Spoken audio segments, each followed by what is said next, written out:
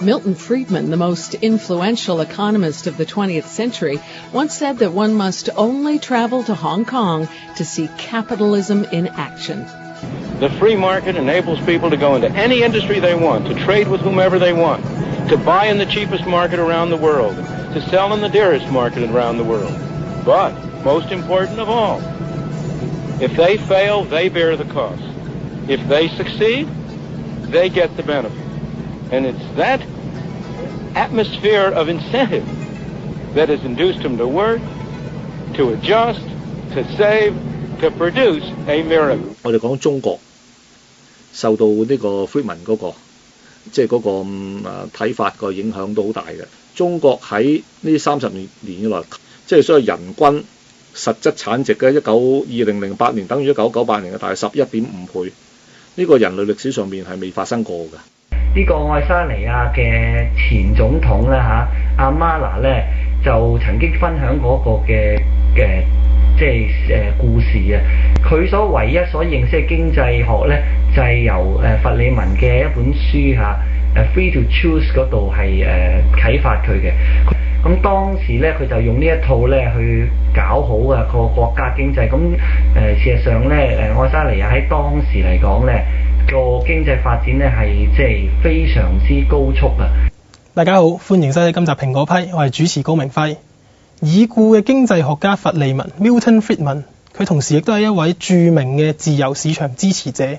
喺今次金融危機之下，佢再次成為焦點。適逢佢逝世2週年，不如我哋重溫一下佢生前嘅貢獻同埋影響。Milton Friedman 咧，對我最大嘅印象就係20世紀最重要嘅或者最有影響力嘅經濟學家啦。仲有另外一個特點咧，就係佢人嗰個辯論嘅能力係非常之強嘅。同佢辯論嘅人咧都冇一邊個咧係可以夠膽話自己贏過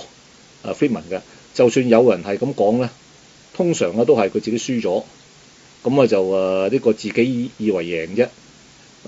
所以Friedman係一個由細到大咧都好中意辯論嘅人，包括咧佢有陣時咧就算坐的士，同啲的士司機咧拗開個問題，佢可以落咗車之後啊，到個地方落咗車之後咧，佢繼續拗落去，如果咪錶繼續喐嘅，佢都即係冇所謂，佢照俾錢繼續講埋嘅，係一個好對真理咧係一個非常之執着嘅一個人嚟嘅。而且同人辯論咧，佢唔係話一定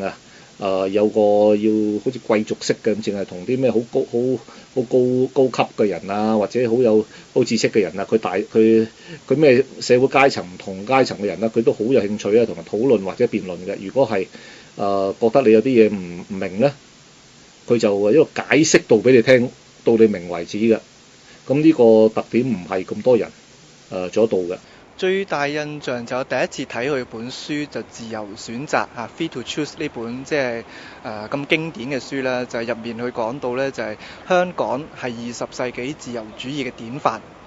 咁就可以同100年前嘅英美日呢啲國家咧係可以相提並論嘅。咁我作為香港人咧，即係見到一個經濟學大師對香港有咁高評價，我都覺得好光榮、好驕傲。最大嘅印象就係佢會質疑或者去審視下依家慣性行緊嘅嘢係咪真係合理啦，即係或者個效果係點樣咧？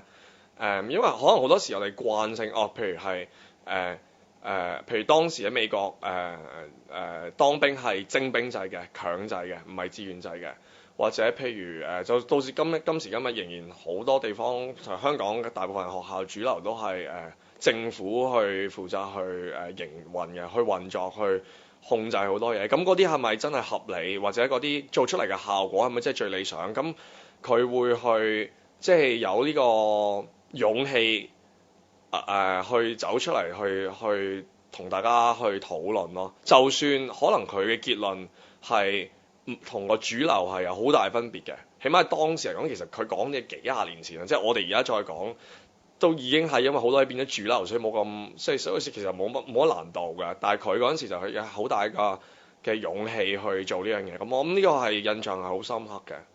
咁亦都係佢本身佢呢種即係比較獨立思考呢種咁嘅思維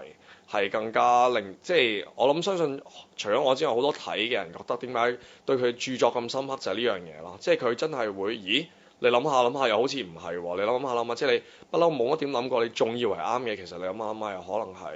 有啲問題，或者有啲新嘅見解咯。我諗嗰種咁嘅精神其實係即係對我影響我最大。喺50-60年代咧嚇，學術界咧就好盛行呢個嘅凱恩斯嗰套嘅思想理論。咁基本上咧就係話咧政府咧係要干預好多啦，亦都要參與好多喺經濟嘅裏邊。咁當時咧，如果你唔係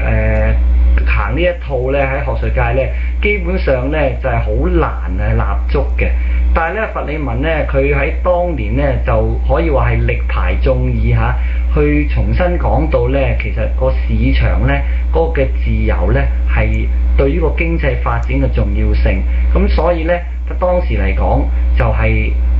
一個好緊要嘅一個嘅學術界裏邊嘅理論啦。咁亦都咧係奠定咗日後咧，即係嗰個嘅經濟自由咧，係再一次係被重視。